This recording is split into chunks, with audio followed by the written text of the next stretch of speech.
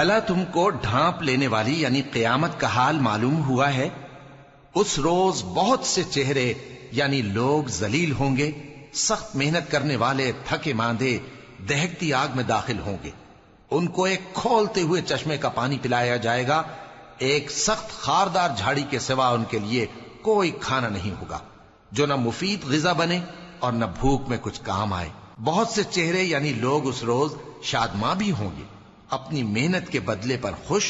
بہشت بری میں وہاں کسی طرح کی لغو بات نہیں سنیں گے، اس میں چشمے بہ رہے ہوں گے، وہاں تخت ہوں گے اونچے اونچے اور کٹورے قرینے سے رکھے ہوئے اور گاؤ تک یہ قطار کی قطار لگے ہوئے اور نفیس مسندیں جگہ جگہ بچھی ہوئی۔ تو کیا یہ لوگ اونٹوں کی طرف نہیں دیکھتے کہ کیسے عجیب پیدا کیے گئے ہیں،